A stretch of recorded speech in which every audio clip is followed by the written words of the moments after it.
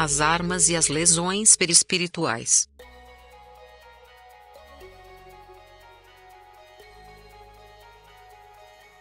Transcrito do livro Resgate nos Umbrais.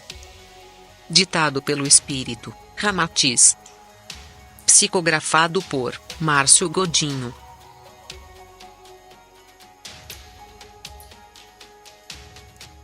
Quais são as armas que mais danificam a estrutura perispiritual?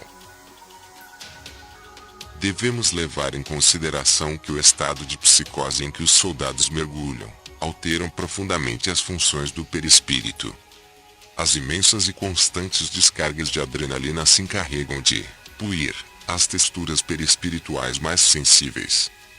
E o terror vivido por estes homens envolve-lhes no mais profundo dos desequilíbrios da alma. Tanto que um sobrevivente de guerra jamais retorna ao seu estado psicológico anterior, e deverá passar por severas crises de adaptação após os tratados de armistício. Ferimentos causados por armas de fogo ligeiras são as mais comuns. As lesões perispirituais causadas por este tipo de armamento são localizadas e de fácil reconstituição perispiritual. Entretanto, o impacto emocional causado pela morte através de uma arma de fogo provocará no indivíduo a necessidade de um longo período de adaptação terapêutica, pois o psiquismo sofre pesado abalo. Quanto aos ferimentos provocados por estilhaços, estes são de difícil tratamento, pois o perispírito sofre microlesões, espalhadas por toda a sua estrutura.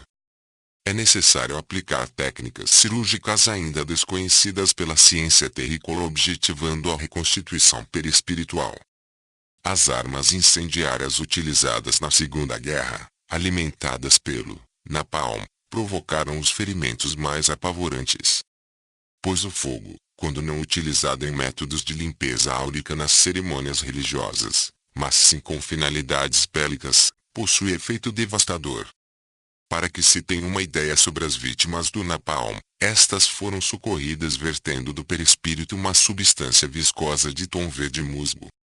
Pois as substâncias comburentes de origem jurássica, quando em contato com o duplo etéreo, alteram sua gênese tirando-lhe do estado lindamente fluídico para a condição de um amontoado gelatinoso de tonalidade mortificada. Apesar dos efeitos devastadores provocados pelas armas que vos citamos, sem sombra de dúvidas, a que provoca o maior prejuízo no perispírito, sendo necessária a reconstrução de 80% de sua estrutura, é a arma de reação nuclear. O simples efeito da fissão atômica modifica a estabilidade dos átomos e suas partículas, o que promove do meio físico para o meio vibracional ou espiritual a exata desintegração de tudo que estiver no raio onde a explosão fora provocada. Tanto que as bombas de Hiroshima e Nagasaki destruíram até mesmo as regiões astrais localizadas nestas cidades. E o recolhimento das vítimas de explosões nucleares se assemelha ao trabalho em vossas carvoarias. Não há como identificar a maravilhosa forma humana em meio às cinzas daquilo que no segundo anterior constituía luminoso agregado perispiritual. É possível que muitos daqueles que foram resgatados nos campos de batalha não consistiam mais do que amontoados de substância viscosa. Por isso vos informamos sobre a importância do preparo psicológico de nossos irmãos socorristas. Mesmo após terem se transformado em amontoados perispirituais ligados aos corpos físicos dilacerados, é fácil a localização destes irmãos. Pois em estado de choque, o perispírito libera intensa faixa de luz, rubefaciente, o que torna os campos de batalha repletos de pontos vermelhos. E quanto à população? Até o presente momento mencionastes apenas os soldados envolvidos nas guerras. Como ficou a situação daquelas pessoas cujas cidades estavam em meio ao fogo cruzado? Várias destas pessoas, após seu desencarne, foram levadas para instituições do astral superior pelo estado moral adiantado. E sendo portadores de uma condição moral superior, constituíram verdadeiros esteios para aqueles que necessitavam encarnar nestas regiões de conflito belicoso como forma de reajuste kármico. Por amor incondicional, aceitaram estar ali nos períodos mais difíceis, e até mesmo morrerem através de mãos impiedosas ou injustas, na tentativa de proteger os seus familiares. Outros, porém, necessitavam acertar as contas com a contabilidade sideral. Foram soldados e líderes de outras épocas, que instigaram a fúria humana com finalidades políticas e bélicas, e agora estavam ali encarnados como civis. Tal realidade nos traz o esclarecimento sobre o porquê de muitas famílias indefesas terem padecido nas mãos dos soldados, já mergulhados num estado de psicopatia, capazes de cometer os atos mais sanguinários e atrozes. Qual o tempo estimado para a perfeita recuperação de uma vítima de guerra? Para o caso de uma vítima do Napalm, cuja estrutura perispiritual sofreu enorme deformidade, aproximadamente 80 anos pelo tempo de vosso planeta, até que retome a aparência de ser humano.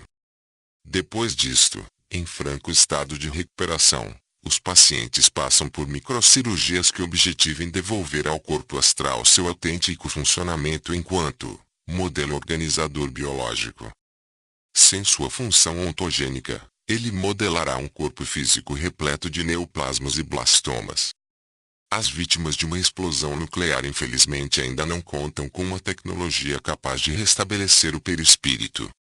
Não por falta de consideração de nossos irmãos superiores, mas por absoluta incompatibilidade vibratória.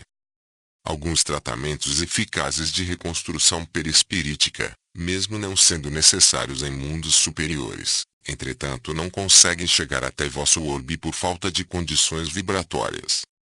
As várias incursões pelos umbrais astralinos e o resgate migratório destes irmãos para regiões superiores está promovendo uma importante alteração vibratória, o que nos aproxima cada vez mais destas técnicas de reconstrução perispirítica. Trata-se de apenas uma questão de tempo até que elas sejam implantadas nestes campos astralinos de recuperação pós-guerra. Quer dizer que nestes locais encontram-se as vítimas da Primeira Guerra Mundial ou de guerras anteriores?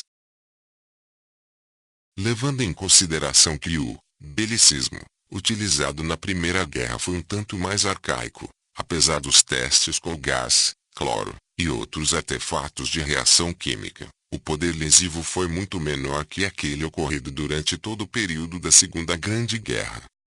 Há muitos remanescentes da Primeira Guerra em fase final de recuperação, aptos a se tornarem socorristas, pois são detentores de grande conhecimento de guerra, o que lhes tornam especialistas nessa espécie de ambiente. Quanto aos que chegaram após este período, seu tempo de permanência nos campos de recuperação é incerto. Quer dizer que teremos mais movimentos bélicos pelos próximos anos? O refinamento do petróleo, o desenvolvimento de armas de destruição em massa, as tecnologias à base de energia nuclear e o controle da estabilidade econômica em vosso planeta deverão mostrar se o terrícola possui maturidade para lidar com questões tão delicadas. Mas sabemos que mesmo atuando em nome da paz mundial, as hostes do bem jamais ficarão passivas à espera de um novo movimento belicoso. Pelo contrário, estamos todos a postos, prontos para auxiliar quem quer que seja sob as mais diversas condições. Muito grato por ter visto até o fim. Paz e luz.